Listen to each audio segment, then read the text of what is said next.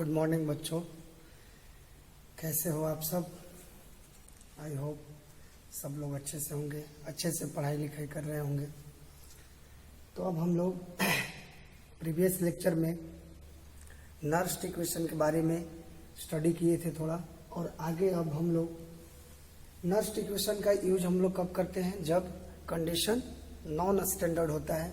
और non standard condition पर जब इलेक्ट्रोड का पोटेंशियल या फिर सेल का पोटेंशियल निकालना होता है तो नर्स्ट इक्वेशन हम लोग यूज करते हैं। नर्स्ट इक्वेशन क्या है, हम लोग पिछले लेक्चर में स्टडी किए हैं। आज हम लोग देखेंगे कि what is the relation between Gibbs free energy और ईएमएफ ऑफ सेल के EMF, it means cell potential और गिब्स फ्री एनर्जी के बीच क्या रिलेशन होता है। तो यहाँ पर एक फॉर्मूला है डेल्टा जी। डेल्टा जी क्या होता है, change in Gibbs free energy. Okay, formula क्या होता है, delta G is equal to minus N F E cell. ठीक है, यहाँ पर डेल्टा जी क्या है, डेल्टा जी हमारा है change in Gibbs free energy. Okay, N क्या है हमारा, number of moles of electrons exchanges during the cell reaction. जब सेल रिएक्शन होता है तो कितना नंबर ऑफ इलेक्ट्रॉन्स एक्सचेंज हो रहे हैं। ठीक है, इलेक्ट्रॉन्स कितना मोल फ्लो कर रहे हैं, वही हमारा यहाँ पर एन है। एफ क्या है, इसमें एफ को बोला जाता है फैराडे कांस्टेंट, और इसका वैल्यू होता है 96500 coulomb. It means Faraday constant कैसे डिफाइन होता है, तो Faraday constant is defined as the total charge present in 1 mole of electrons. 1 mole electrons के ऊपर जितना कूलम्ब चार्ज प्रेजेंट होता है that is called Faraday constant. इस सेल क्या हमारा ईएमएफ ऑफ सेल इसको बोलते हैं, या फिर सेल पोटेंशियल। तो अब ये फॉर्मूला हमें ध्यान रखना है, इस फॉर्मूले के ऊपर हमें न्यूमेरिकल आता है। ठीक है, तो delta G is equal to minus N F E cell. अब ये आया कैसे, इसके बारे में थोड़ा सा हम लोग देख लेते हैं इधर, कि ये जो आता है देखो, work done by this cell. हम लोग जानते हैं कि गैल्वेनिक सेल जो होता है उसके अंदर क्या होता है, वो केमिकल एनर्जी को इलेक्ट्रिकल एनर्जी में कन्वर्ट करता है। और ये केमिकल एनर्जी कहाँ से आता है, तो केमिकल रिएक्शन होता है, spontaneous chemical reaction, spontaneous redox reaction होता है गैल्वेनिक सेल के अंदर। तो स्पॉन्टेनियस रिएक्शन मतलब सेल अपने आप खुद ही वो रिएक्शन करता है, तो उस दौरान क्या करता है, सेल वर्क डन भी करता है। ठीक है, और वो वर्क डन क्या होता है, अगर सेल की बात करें, work done by the cell W is equal to कितना हो जाएगा, Q इंटू V। ये आप फिजिक्स में पढ़े होंगे, वर्क डन इक्वल टू क्या होता है, चार्ज इंटू पोटेंशियल डिफरेंस, मतलब वोल्टेज। Q इंटू V होता है ना, इलेक्ट्रिकल वर्क डन क्या होता है, इलेक्ट्रिकल वर्क डन इसको बोल सकते हैं। इलेक्ट्रिकल वर्क डन, सेल के द्वारा जो वर्क डन किया जा रहा है इलेक्ट्रिकल, वो कितना होता है, Q into V, total charge, और यहाँ पर क्या है वोल्टेज, उसको मल्टीप्लाई करते हैं तो वो क्या आता है, इलेक्ट्रिकल वर्क डन। ओके, अब यहाँ पर अब टोटल चार्ज कैसे निकालेंगे, देखो, if n moles of electrons are flowing in the cell, अगर n मोल इलेक्ट्रॉन्स सेल के अंदर फ्लो कर रहा है तो टोटल चार्ज कितना फ्लो करेगा, तो देखिए टोटल चार्ज कितना हो जाएगा, Q is equal to N F. ये कैसे आया, तो total number of moles, electron कितने मोल्स हैं, n। ठीक है, हमने मान लिया n मोल इलेक्ट्रॉन फ्लो कर रहे हैं, और 1 मोल इलेक्ट्रॉन पर चार्ज कितना होता है, F, Faraday constant. Charge present on 1 mole electron कितना होता है, F के बराबर। तो यहाँ पर कितना हो जाएगा, total number of moles of electron n into charge on 1 mole of electron, multiply कर दिए तो यहाँ पर क्या निकल गया, टोटल चार्ज यहाँ से मिल गया, मतलब Q का वैल्यू कितना है, NF। ठीक है, और V क्या है यहाँ पर, वोल्टेज। और वोल्टेज क्या होता है, पोटेंशियल का डिफरेंस ही तो होता है। तो यहाँ पर V के जगह पर हम लोग डायरेक्ट क्या यूज करेंगे, चूंकि सेल है तो सेल के लिए वोल्टेज क्या है, E सेल। ओके, अब यहाँ पर देखिए वर्क डन इक्वल टू क्या हो गया, वर्क डन इक्वल टू यहाँ Q का वैल्यू रख दीजिए, और यहाँ से भी के जगह पर हम लोग अब ई सेल यूज करेंगे क्योंकि सेल की पोटेंशियल की बात हो रही है। तो यहाँ पर फॉर्मूला क्या है, work done is equal to N F E cell. Okay, एक चीज और यहाँ ध्यान रखना है कि the work done by the cell, जो वर्क सेल के द्वारा किया गया है वो किसके इक्वल होता है, डिक्रीज इन इट्स गिव्स फ्री एनर्जी। ठीक है, डिक्रीज इन इट्स गिव्स फ्री एनर्जी। तो वर्क डन क्या हो जाएगा, is equal to minus delta G. Decrease है इसलिए यहाँ पर माइनस डेल्टा जी। ओके, अब देखिए, अब यहाँ पर W यहाँ पर के जगह पर आप डेल्टा जी पुट कर दीजिए तो वैल्यू इतना आ जाएगा। और यही हमारा क्या है, रिलेशन आया change in gives free energy और सेल पोटेंशियल के बीच। ओके, तो आप ये ध्यान रखेंगे फॉर्मूला, ये बहुत इंपॉर्टेंट फॉर्मूला आपको न्यूमेरिकल बनाने में काम आएगा। ओके, अब देखिए ये जो कंडीशन है एट नॉन स्टैंडर्ड कंडीशन, यहाँ पर कंडीशन क्या है, नॉन स्टैंडर्ड, क्योंकि किसी के ऊपर नॉट नहीं लगा है। जब नॉट लगता है तो होता है स्टैंडर्ड कंडीशन। अब नीचे यहाँ पर लिखा हुआ delta G not is equal to minus N F E not cell, ये हुआ हमारा स्टैंडर्ड कंडीशन पर गिव्स फ्री एनर्जी और सेल पोटेंशियल के बीच रिलेशन। आप यहाँ से ये सेमी फॉर्मूला यही से आया है। आप देखिए नॉन स्टैंडर्ड कंडीशन को फॉर्मूला ये है, अगर आप जो भी सेल के अंदर जो भी कंसंट्रेशन आप यूज कर रहे हो, अगर उसका कंसंट्रेशन, जो इलेक्ट्रोलाइट यूज करते हैं, जो सॉल्यूशन यूज करते हैं, अगर उसका कंसंट्रेशन यूनिटी कर दिया जाए, मतलब 1 मोल पर लीटर अगर कंसंट्रेशन लिया जाए तो वहां पर क्या हो जाएगा, वहां पर हमारा क्या हो जाएगा, ई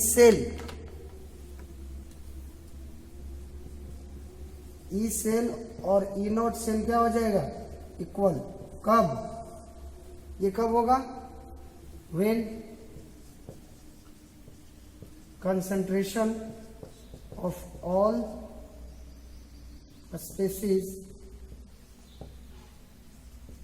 आर यूनिटी। जो भी कंसंट्रेशन यूज कर रहे हैं, अगर उसका कंसंट्रेशन यूनिटी अगर कंसिडर कर लिया जाए, कंसंट्रेशन 1, तो उस केस में क्या हो जाएगा, वो स्टैंडर्ड कंडीशन हो जाएगा ना।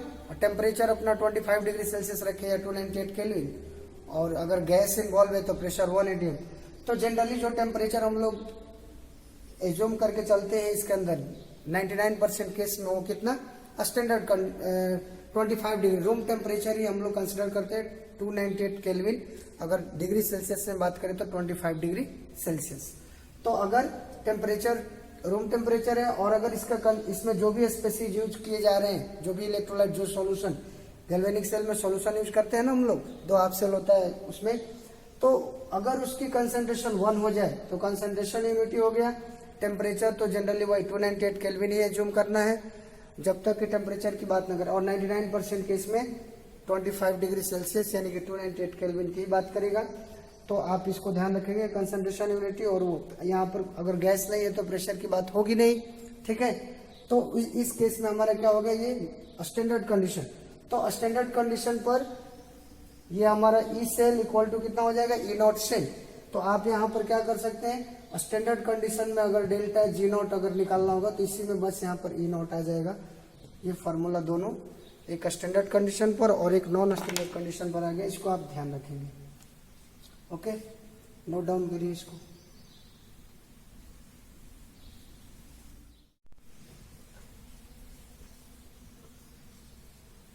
तो ये 2 फॉर्मूले हमें ध्यान रखने हैं। ठीक है, delta G is equal to minus N F E cell, ये हो गया हमारा एट नॉन स्टैंडर्ड कंडीशन पर, और delta G not is equal to minus N F E not cell, ये हुआ हमारा स्टैंडर्ड कंडीशन पर। जब कंसंट्रेशन गैल्वेनिक सेल में इलेक्ट्रोलाइट का यूनिटी हो जाता है और टेम्परेचर 25 डिग्री सेल्सियस अगर रखा जाए तो उस केस में ई सेल क्या हो जाता है, ई नॉट सेल के इक्वल हो जाता है, क्योंकि स्टैंडर्ड कंडीशन बन जाता है ना फिर।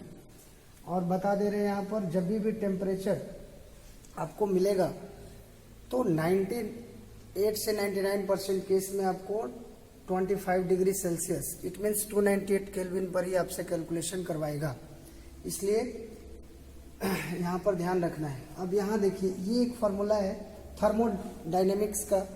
थर्मोडायनेमिक्स में आप ये फार्मूला देखे होंगे क्लास 11th में, जो थर्मोडायनेमिक्स है उसमें ये Gibbs free energy, change in Gibbs free energy delta G is equal to delta G not plus R T L N Q. यहाँ पर आर क्या है हमारा, गैसेस कांस्टेंट, और इसका वैल्यू क्या होता है आपको पता है, आर यहाँ पर क्या है, गैसियस कांस्टेंट, और इसकी वैल्यू तो ऐसे अलग अलग होती है, लेकिन यहाँ पर चूंकि एनर्जी वाला वैल्यू इसका चाहिए तो 8.314 जूल पर मोल केल्विन, ये वैल्यू हमें यहाँ पर यूज करना है। अगर गैस की अगर बात होती है PV equal to NRT gases state जब पढ़ते हैं तो वहां पर आर की वैल्यू जो लेते हैं हम लोग वो क्या लेते हैं 0.0821 ऐसे करके प्रेशर के टर्म में। और यहाँ पर टी क्या है आपको पता है, टी क्या है यहाँ पर, absolute temperature, absolute temperature. Absolute temperature का मतलब क्या होता है, temperature in kelvin, temperature in kelvin scale. Okay, अब देखिए आर हो गया, टी हो गया, और यहाँ पर क्यू क्या है पहले हम बता चुके हैं, जब नर्स्ट इक्वेशन बताए थे तो बताए थे क्यू क्या है, रिएक्शन कोशेंट, इसको रिएक्शन कोशेंट बोलते हैं, ठीक है, रिएक्शन कोशेंट। और इसका वैल्यू कैसे निकालते हैं हम लोग, concentration of product upon concentration of reactant, और अगर रिएक्टेंट और प्रोडक्ट का जो भी स्टोइकोमेट्री है वो उसके पावर में आ जाता है, ठीक है। तो क्यू के बारे में आपको पता चल गया। और यहाँ पर डेल्टा जी नॉट क्या है, change in Gibbs free energy at standard condition. Delta G क्या है, डेल्टा जी यहाँ पर डेल्टा जी भी यहाँ पर आपको लिख देते हैं, ध्यान रखना है सब कुछ यही लिखते हैं। Delta G not change in free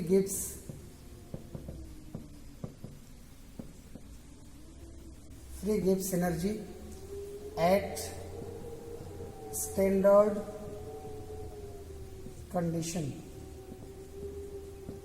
और डेल्टा जी क्या है, change in free Gibbs energy at non standard condition.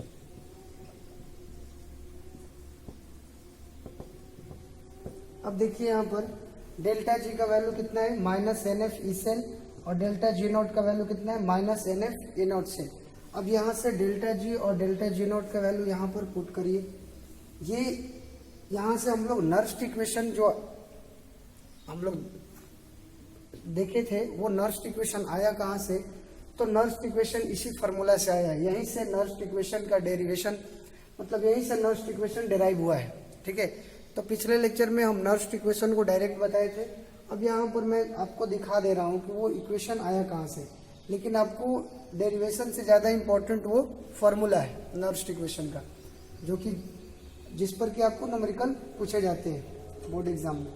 तो आप एक डेरिवेशन देख लेते हैं। अब इसमें डेल्टा जी का वैल्यू और डेल्टा जी नॉट का वैल्यू वहाँ से पुट करिए, कितना आता है, minus N F E cell is equal to minus N F E not cell plus R T L N Q, ठीक है, ये आ गया। अब ऐसा करिए, both side minus N F से आप डिवाइड कर दीजिए, तो क्या आ जाएगा, N F E cell is equal to minus N F E not cell plus R T L N Q.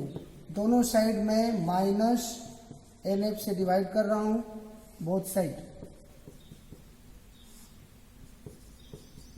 तो यहां पर देखिए ये माइनस एन एफ और ये माइनस एन एफ क्या हो जाएगा, कैंसिल आउट, ये माइनस एन एफ और ये minus N F cancel out. अब यहां से क्या आ जाएगा हमारा, E cell is equal to E not cell,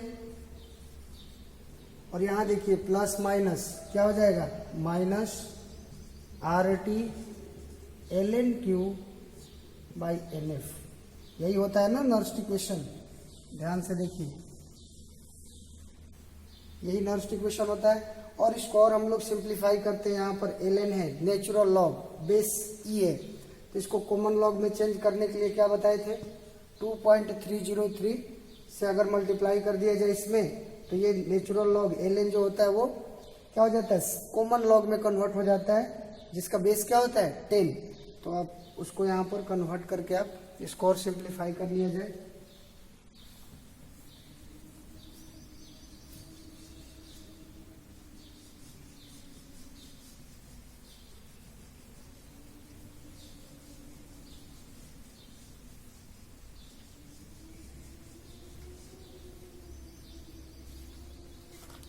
तो देखिए यहाँ पर E cell is equal to कितना हो जाएगा, E not cell minus 2.303 log, यहाँ पर बेस क्या हो जाएगा 10 और यहाँ पर क्यू, और आर टी भी है ना यहाँ पर, तो यहाँ पर आर टी को भी लिखिए, आर टी लॉग क्यू, और यहाँ पर बेस 10, क्योंकि बताए थे आपको पता होना चाहिए कि ln को कॉमन लॉग में यहाँ पर बेस ई है, ठीक है। अगर आप इसको कॉमन लॉग में चेंज करना चाहते हैं तो 2.303 फैक्टर से मल्टीप्लाई करेंगे तो ये चेंज हो जाएगा, ये लॉग बेस 10 में, ये आपको ध्यान रखना है। तो वही चीज़ हम यहाँ पर यूज़ कर रहे हैं, अपॉन कितना हो गया NF। अब देखिए इसको और सिंप्लीफाई किया गया है, क्योंकि ये फार्मूला आपको बहुत ज़्यादा कैलकुलेशन करना पड़ेगा, तो इसको और सिंप्लीफाई किया गया है। और एट यहाँ पर क्या किया गया है, टेम्परेचर 298 केल्विन रखा गया है। बताए थे जैसे कि नर्स्ट इक्वेशन के अंदर टेम्परेचर जनरली 298 केल्विन ही यूज किया जाता है, 99% केस में आपको यही मिलेगा, ठीक है, इसलिए घबराने की जरूरत नहीं है। तो अगर 298 केल्विन टेम्परेचर रखा गया तो फिर यहाँ पर क्या किया गया आपको बताते हैं, यहाँ पर 2.303 इंटू आर का वैल्यू कितना है 8.314 into temperature 298 kelvin upon F का वैल्यू कितना होता है, एफ क्या है यहाँ पर फैराडे कांस्टेंट, एफ क्या है फैराडे कांस्टेंट, और इसकी वैल्यू कितनी होती है 96500 कूलम। आप 298 केल्विन अगर टेम्परेचर लेते हैं और इस वैल्यू को अगर आप कैलकुलेट करते हैं तो ये वैल्यू कितना होता है 0.0591, ठीक है। तो इसीलिए यहाँ पर टेम्परेचर 298 केल्विन दिया जाता है, ताकि आपको इतना मल्टीप्लाई करने की जरूरत ना पड़े। इतना ये क्या होगा एग्जाम में अगर आएगा टेम्परेचर अगर 298 केल्विन नहीं देगा तो फिर ये आपको कैलकुलेशन करने में बहुत लेंदी हो जाएगा, इसलिए इसका वैल्यू कितना हो जाता है, ये पार्ट जो है इस सबका वैल्यू कितना हो जाएगा, अगर टेम्परेचर 298 केल्विन रखा जाए तो सीधे हो जाता है 0.0591। तो वही वैल्यू अब आपको हम याद रखना है, और वही फार्मूला जनरली यूज उसी पर न्यूमेरिकल आते हैं जनरली, ठीक है। तो आप यहाँ से क्या कर सकते हैं, E cell is equal to E not cell minus 0.0591 upon n रहेगा, ध्यान रखना है एन यहाँ पर रहेगा लॉग क्यू। लॉग है, अगर बेस में 10 नहीं भी लिखा है तो लॉग अगर लिखा है मतलब बेस 10 ही होता है, ln लिखा होता है तो इसका मतलब बेस ई होता है। अगर लिखा है तो ठीक है, नहीं लिखा है तो भी आप समझ सकते हो। अब ये हमारा नर्स्ट इक्वेशन आ गया, ठीक है। तो नर्स्ट इक्वेशन का डेरिवेशन ये डिराइव्ड फॉर्म है, ठीक है। हम पिछले लेक्चर में आपको सीधे नर्स्ट इक्वेशन बताए थे, लेकिन यहाँ पर ये नर्स्ट इक्वेशन आया कैसे, तो यहाँ से गिब्स फ्री एनर्जी और इस सेल के बीच रिलेशन आया, उसके बाद यहाँ से थर्मोडायनेमिक्स का ये एक फार्मूला यूज किया गया है, ठीक है। 11th क्लास थर्मोडायनेमिक्स, वहाँ से एक फार्मूला यूज किया गया, और इसमें जब वैल्यू ये दोनों वैल्यू पुट करते हैं तो हमारा ये आ जाता है नर्स्ट इक्वेशन।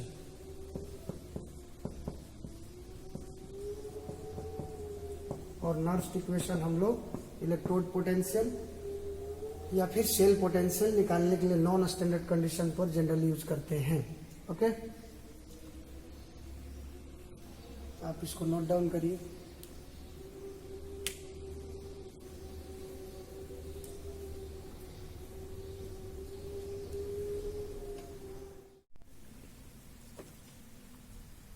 अब देखिए, अब आगे हम लोग फिजिबिलिटी और spontaneity of the cell reaction थोड़ा सा चेक करना होता है, कभी कभी क्वेश्चन इसमें पूछे जाते हैं। फिजिबिलिटी मतलब रिएक्शन होगा कि नहीं, पॉसिबल है कि नहीं अपने आप। स्पॉन्टेनिटी मतलब वही स्पॉन्टेनियसली रिएक्शन हो रहा है या नहीं, उसको चेक करना होता है। तो देखिए कंडीशन क्या है उसके लिए, जब change in gives free energy less than 0 होता है तो हमें पता है क्या होता है, जो भी रिएक्शन होता है वो क्या होता है, स्पॉन्टेनियस रिएक्शन होता है। तो गैल्वेनिक सेल में क्या होता था, स्पॉन्टेनियस रेडॉक्स रिएक्शन। तो उसके लिए गैल्वेनिक सेल के लिए क्या होता है, डेल्टा जी का वैल्यू लेस देन 0, और इलेक्ट्रोलाइटिक सेल के लिए डेल्टा जी ग्रेटर देन 0, क्योंकि वहां पर क्या होता है, रिएक्शन नॉन स्पॉन्टेनियस रिएक्शन होता है। वहां पर रिएक्शन को, वहां रेडॉक्स रिएक्शन को कराने के लिए हमें क्या होता है, एक्सटर्नल एनर्जी प्रोवाइड करना पड़ता है, जो कि इलेक्ट्रिकल एनर्जी होता है। फिर उस इलेक्ट्रिकल एनर्जी के थ्रू केमिकल रिएक्शन होता है और हमें केमिकल एनर्जी मिलता है, जो कि इलेक्ट्रोलाइटिक सेल वर्क करता है वैसे। ठीक है, तो अगर डेल्टा जी लेस देन 0 हो या फिर delta G not less than 0 हो तो क्या होगा, सेल रिएक्शन क्या होगा, स्पॉन्टेनियसली प्रोसीड करेगा, फिजिबल तरीके से वो अपने आप रिएक्शन होगा। ठीक है, स्पॉन्टेनियसली रिएक्शन होगा मतलब सेल अपना वर्क करेगा आराम से। ठीक है, वहां पर जब अपने आप सेल रिएक्शन हो रहा तो फिर कोई दिक्कत नहीं। कब, delta G less than 0, condition हमें ध्यान रखना है। जब डेल्टा जी ग्रेटर 0 या delta G naught greater than 0 तब क्या होगा, cell reaction to be non feasible या फिर नॉन स्पॉन्टेनियस। उस केस में रिएक्शन, रेडॉक्स रिएक्शन सेल के अंदर खुद ब खुद नहीं होगा, अपने आप नहीं होगा। तो उसको क्या बोलेंगे कि ये सेल रिएक्शन क्या हो रहा है, नॉन फिजिबल तरीके से हो रहा है, नॉन स्पॉन्टेनियसली हो रहा है, मतलब सेल हमारा इस कंडीशन में वर्क नहीं कर पाएगा, गैल्वेनिक सेल। नेक्स्ट क्या है, when delta G equal to 0, जब डेल्टा जी का वैल्यू 0 हो जाता है तो बोलते हैं कि reaction will B eight equilibrium stage. ठीक है, या इक्विलिब्रियम स्टेट मतलब हमारा रिएक्शन जो है इक्विलिब्रियम स्टेट में चला गया। डेल्टा जी कब, जब डेल्टा जी 0। अब यहाँ पर डेल्टा जी नॉट कभी भी 0 के इक्वल नहीं होगा। ठीक है, चाहे कंडीशन कुछ भी हो, डेल्टा जी नॉट हमारा नॉट इक्वल टू 0, ये कभी भी 0 के इक्वल नहीं होगा। ओके, अब ये तो डेल्टा जी की बात हो गई। अब थोड़ा सेल का पोटेंशियल के थ्रू फिजिबिलिटी को देख लिया जाए। जैसे देखिए डेल्टा जी, अभी हम लोग फॉर्मूला देखे थे, डेल्टा जी इक्वल टू क्या होता है, माइनस NF ई सेल। ठीक है, और एक और फॉर्मूला था हमारा ये तो नॉन स्टैंडर्ड कंडीशन पर, एक स्टैंडर्ड कंडीशन पर क्या था, delta G not is equal to minus NF E not cell था। ठीक है, अब यहां पर देखिए, if delta G less than 0, अगर डेल्टा जी निगेटिव है तो यहां पर ई सेल क्या होगा, डेल्टा जी कब निगेटिव होगा, देखिए डेल्टा जी यहां पर निगेटिव है। अब एन तो हमारा number of moles of electron है, एफ क्या है, फैराडे कांस्टेंट है, उसका वैल्यू फिक्स है, एन का वैल्यू कभी भी निगेटिव नहीं होगा। अगर ई सेल का वैल्यू अगर पॉजिटिव हो जाए तो डेल्टा जी का वैल्यू क्या हो जाएगा, निगेटिव, क्योंकि यहाँ पर ऑलरेडी क्या है, माइनस साइन। तो जब delta G less than 0 it means negative, तो सेल पोटेंशियल क्या होगा, positive. It means cell reaction feasible होने के लिए या स्पॉन्टेनियस होने के लिए क्या होना चाहिए, ई सेल ग्रेटर देन 0 और डेल्टा जी लेस देन 0, ये कंडीशन होगा, तभी क्या होगा, सेल स्पॉन्टेनियसली वर्क करेगा। ठीक है, सेल क्या होगा, स्पॉन्टेनियसली वर्क करेगा, cell reaction is feasible and cell is spontaneously working. ठीक है, अगर ये कंडीशन होगा तो सेल रिएक्शन क्या होगा, विल बी स्पॉन्टेनियस। ठीक है, तब हमारा सेल रिएक्शन क्या होगा, स्पॉन्टेनियस, मतलब सेल क्या होगा, स्पॉन्टेनियसली वर्क करेगा।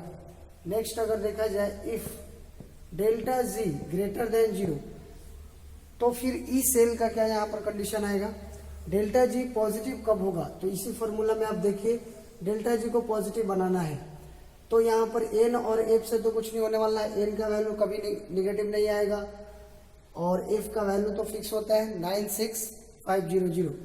और यहाँ पर ई सेल को देखिए तो डेल्टा जी पॉजिटिव कब आएगा, यहाँ पर ऑलरेडी माइनस, अगर डेल ई सेल का वैल्यू अगर निगेटिव लिया जाए तो निगेटिव और निगेटिव क्या हो जाएगा, पॉजिटिव। इट मीन्स यहाँ पर ई सेल क्या हो जाएगा, लेस देन 0।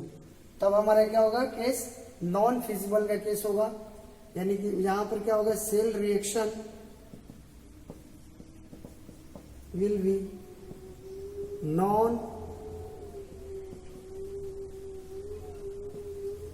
स्पॉन्टेनियस। ठीक है, यहाँ पर हमारा सेल क्या होगा, वर्क नहीं करेगा गैल्वेनिक सेल, क्योंकि वहां पर जब डेल्टा जी ग्रेटर देन 0 है और ई से लेस देन 0 है, तो इस केस में हमारा क्या होगा, सेल रिएक्शन नॉन स्पॉन्टेनियस होगा, जो कि गैल्वेनिक सेल में नॉन स्पॉन्टेनियस रिएक्शन नहीं होता है।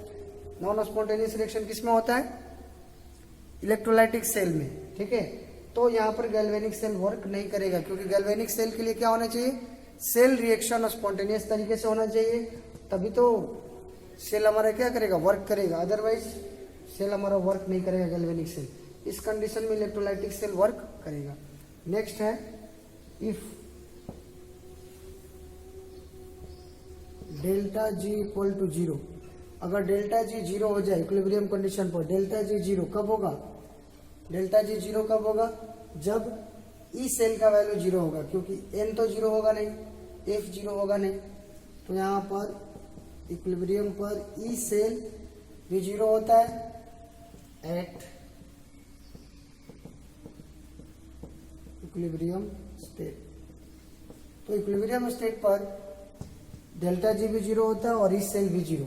यहाँ पर इंपॉर्टेंट बात क्या है, एक बात ध्यान रखना है कि यहाँ कभी भी चाहे कंडीशन इक्विलिब्रियम हो या कुछ भी कंडीशन हो, ई नॉट सेल कभी भी 0 के इक्वल नहीं होगा, और एक डेल्टा जी नॉट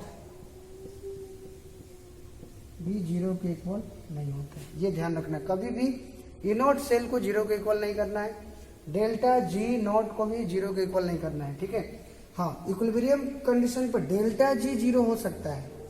ठीक है, और इक्विलिब्रियम कंडीशन पर ई सेल 0 होता है। Cell potential at non standard condition is equal to 0 at equilibrium stage, और change in Gibbs free energy non standard condition में 0 के इक्वल होता है, लेकिन standard free Gibbs energy not equal to 0, और E cell E not cell भी कभी भी 0 हमारा नहीं होगा।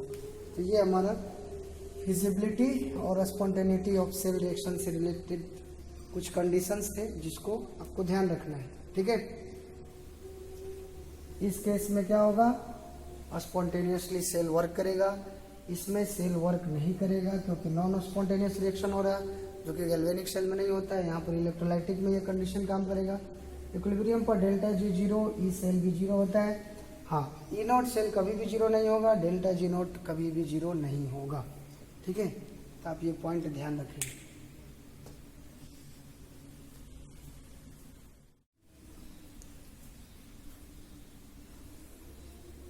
अब हम लोग नेक्स्ट इक्विलिब्रियम कांस्टेंट कैसे निकालते हैं from Nernst equation. Nernst equation से इक्विलिब्रियम कांस्टेंट कैसे निकालते हैं ये हम लोग देखेंगे।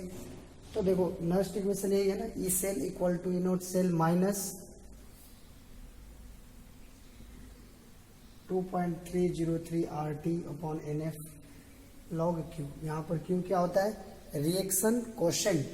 अब देखो, जैसे मान लो यहाँ पर अगर इक्विलिब्रियम कांस्टेंट की बात करें तो एट इक्विलिब्रियम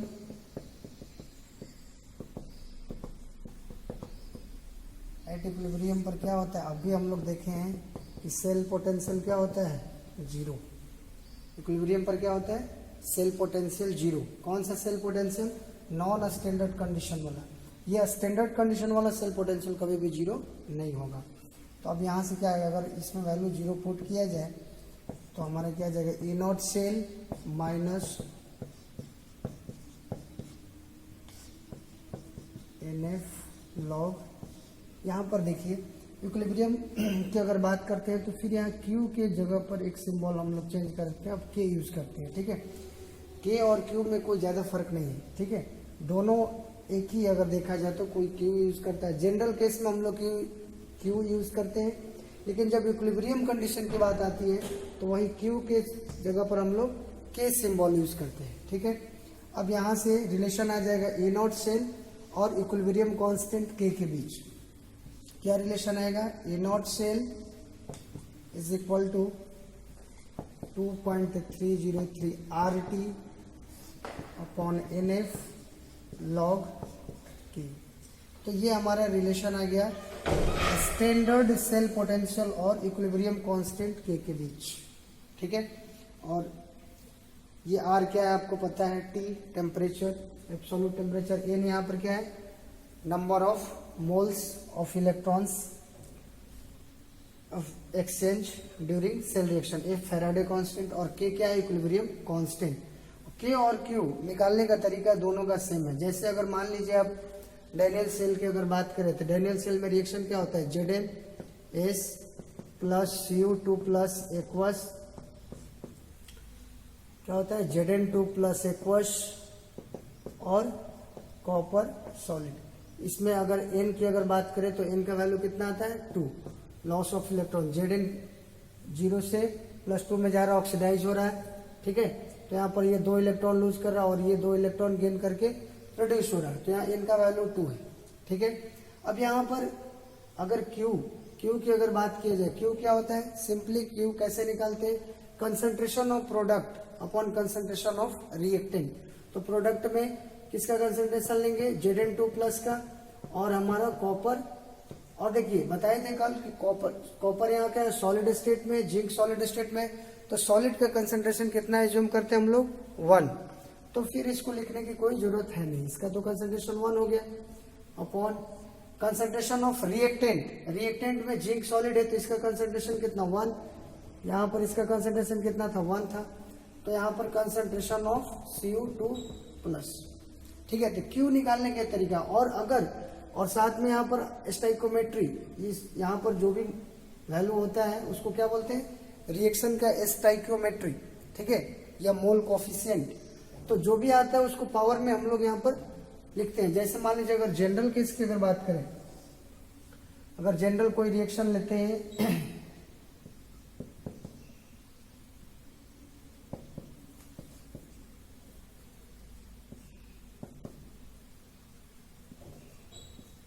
ये मान लीजिए एक हमारा जनरल सेल रिएक्शन है। अभी इसके लिए अगर Q का वैल्यू लिखना हो तो कैसे लिखेंगे, Q equal to concentration of product upon concentration of reactant. तो यहाँ पर स्टाइकोमेट्री यहाँ पर क्या था 1 था, यहाँ पर स्टाइकोमेट्री क्या था 1, तो फिर यहाँ पावर में कुछ भी नहीं आया। लेकिन जब स्टाइकोमेट्री है तो यहाँ पर कंसंट्रेशन ऑफ प्रोडक्ट और सबके पावर में जो उसका स्टाइकोमेट्री, इसके पावर में क्या आएगा C, इसके पावर में D upon concentration of reactant, power में जो भी उसका स्टाइकोमेट्री आएगा वो लिखते हैं। तो ये Q निकालने का तरीका है, और K निकालने का, इक्विलिब्रियम कांस्टेंट भी निकालने का सेम तरीका है। ठीक है, लेकिन अंतर ये है कि इक्विलिब्रियम पोजीशन पर, इक्विलिब्रियम कंडीशन पर हम लोग इसी को क्या करते हैं, Q नहीं दिखा करके K सिंबल से दिखाते हैं। ठीक है, और अदर केस में इक्विलिब्रियम अगर कंडीशन नहीं है तो जनरल केस में हम लोग क्या यूज करते हैं, Q सिंबल, रिएक्शन कोशेंट बोलते हैं, ये हमारा इक्विलिब्रियम कांस्टेंट है। तो दोनों को निकालने का तरीका क्या है, सेम ही है, product of concentration of product upon concentration of reactant, और जो भी मोलर कोफिशिएंट है या इसको स्टाइकोमेट्रिक कोफिशिएंट बोलते हैं वो क्या आएगा, पावर में आ जाता है। ठीक है, इस बात का ध्यान रखना है। तो यहां से रिलेशन आ गया स्टैंडर्ड ईएमएफ ऑफ सेल और इक्विलिब्रियम कांस्टेंट के बीच रिलेशन आ गया। ठीक है, अब अगर यहीं पर डैनियल सेल के लिए अगर यहाँ पर यूज किया जाए तो यहाँ पर क्या आ जाएगा value, E not cell is equal to, अगर ये मान लो 25 डिग्री सेल्सियस अगर टेम्परेचर है यहाँ पर, तो ये टोटल वैल्यू कितना आ जाता है, ध्यान है ना, कितना आता है 0.059, 1 भी होता है अपॉन N। डैनियल सेल के लिए इनका वैल्यू कितना हो गया 2 log K। ठीक है, और डैनियल सेल के लिए ये भी पता होना चाहिए E नॉट सेल कितना होता है, डैनियल सेल के लिए E नॉट कितना होता है, E not cell Daniell cell के लिए 1.10 वोल्ट, ध्यान है ना, क्योंकि जिंक के लिए क्या होता है पता है ना ई नॉट कैसे निकाले थे हम लोग, ई नॉट सेल कैसे निकाले थे, तो reduction potential, E not reduction potential of cathode minus E not reduction potential of anode. तो कैथोड का रिडक्शन पोटेंशियल कितना होता था 0.34 माइनस, और इसका कितना होता था रिडक्शन पोटेंशियल माइनस 0.76। ठीक है, अब ये सब वैल्यू जो 0.34 0.76 मैं बता रहा हूँ डैनियल सेल, इस वैल्यू को रटना नहीं है, ये क्वेश्चन में वैल्यू ये रिडक्शन पोटेंशियल इलेक्ट्रोड का गिवन होता है। ठीक है, ये डैनियल सेल का है इसलिए मैं इसको बता रहा हूँ। अब यहाँ पर ये हो गया हमारा इतना वोल्ट। ठीक है, तो इसको आप करोगे तो कितना आएगा 0.34 माइनस माइनस कितना हो जाएगा प्लस, और ये वैल्यू आ जाता है हमारा 1.10 वोल्ट। तो आप यहाँ पर ए नॉट सेल के जगह पर 1.10 वोल्ट रख करके यहाँ से क्या कर सकते हो के निकाल सकते हो। तो ये वैल्यू आगे, ये जो रिलेशन बेसिकली हमने क्या बताया standard equilibrium for equilibrium constant और स्टैंडर्ड ईएमएफ ऑफ सेल के बीच रिलेशन, यही मुझे बताना था। ठीक है, आप इसको ध्यान रखना। और इक्विलिब्रियम पर ई सेल हमारा 0 होता है। अब अगर Gibbs energy, Gibbs free energy और इक्विलिब्रियम कांस्टेंट के बीच रिलेशन अगर चाहिए तो वो रिलेशन भी हम लोग निकाल सकते हैं। कैसे, तो अभी एक फार्मूला हम लोग देखे थे, वो फार्मूला क्या था delta G, delta G equal to क्या था delta G not plus R T L N Q. ठीक है, तो अगर इक्विलिब्रियम डेल्टा जी और इक्विलिब्रियम के बीच रिलेशन चाहिए तो यहां पर देखिए इक्विलिब्रियम कंडीशन पर क्या होता है, एट इक्विलिब्रियम डेल्टा जी क्या हो जाता है हमारा इक्वल टू 0, और ये 0 नहीं होगा।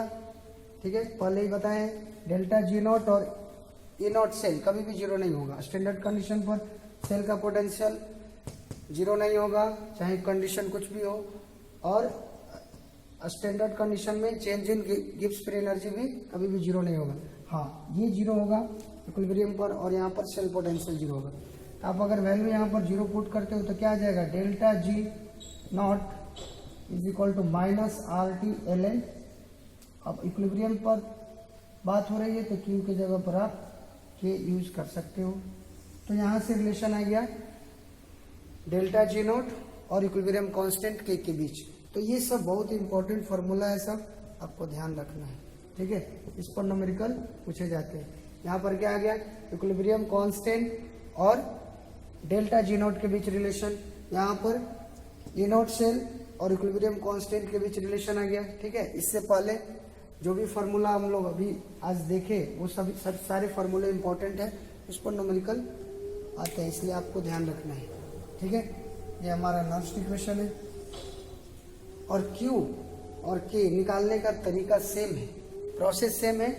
बस इक्विलिब्रियम कंडीशन की अगर बात होती है तो बस Q की जगह पर हम लोग K सिंबल यूज करते हैं, और अदर कंडीशन पर हम लोग उसको Q वहां पर लिखते हैं। ठीक है, ठीक है, इसको आप नोट डाउन कर लीजिए और सारे फार्मूले ध्यान रखिएगा, और इसमें जो भी न्यूमेरिकल है इन टेक्स्ट और एग्जाम्पल में आप उसको ट्राई करते रहना होमवर्क में। ठीक है।